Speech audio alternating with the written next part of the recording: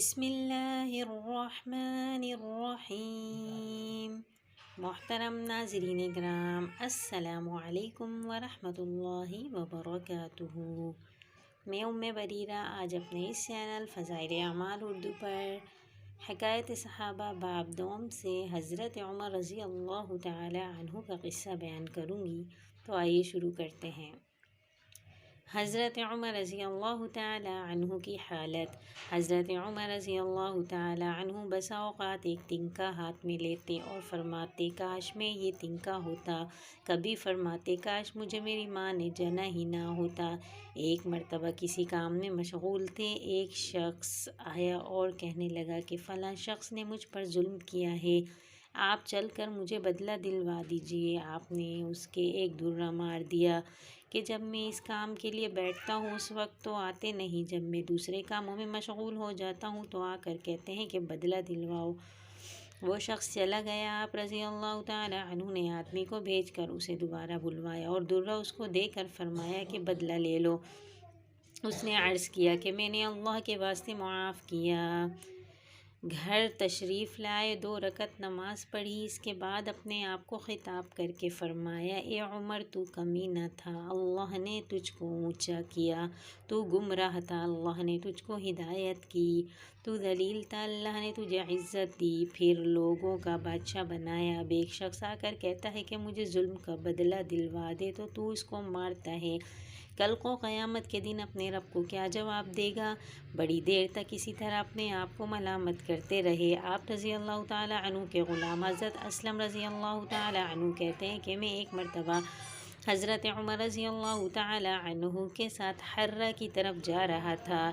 ایک جگہ آگ جلتی ہوئی جنگل میں نظر آئی۔ حضرت عمر رضی اللہ تعالی عنہ نے فرمایا کہ شاید یہ کوئی قافلہ ہے جو رات ہو جانے کی وجہ سے شہر میں نہیں گیا، باہر ہی ٹھہر گیا، چلو اس کی خیر خبر لیں، رات کو حفاظت کا انتظام کریں۔ وہاں پہنچے تو دیکھا کہ ایک عورت ہے جس کے ساتھ چند بچے ہیں جو رو رہے ہیں اور چلا رہے ہیں، اور ایک دیگچی چولہے پر رکھی ہے جس میں پانی بھرا ہوا ہے اور اس کے نیچے آگ جل رہی ہے۔ انہوں نے سلام کیا اور قریب آنے کی اجازت لے کر اس کے پاس گئے اور پوچھا کہ یہ بچے کیوں رو رہے ہیں؟ عورت نے کہا کہ بھوک سے لاچار ہو کر رو رہے ہیں۔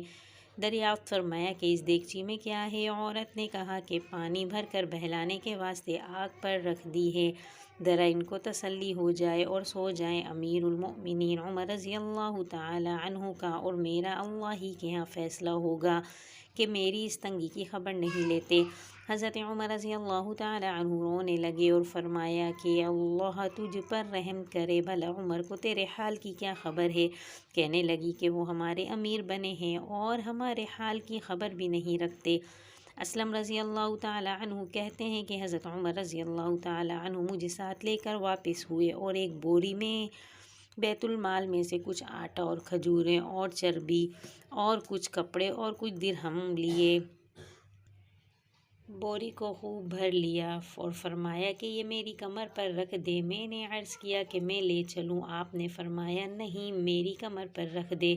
2-3 مرتبہ جب میں نے اصرار کیا تو فرمایا کیا قیامت میں بھی تو میرا بوجھ اٹھائے گا؟ اس کو میں ہی اٹھاؤں گا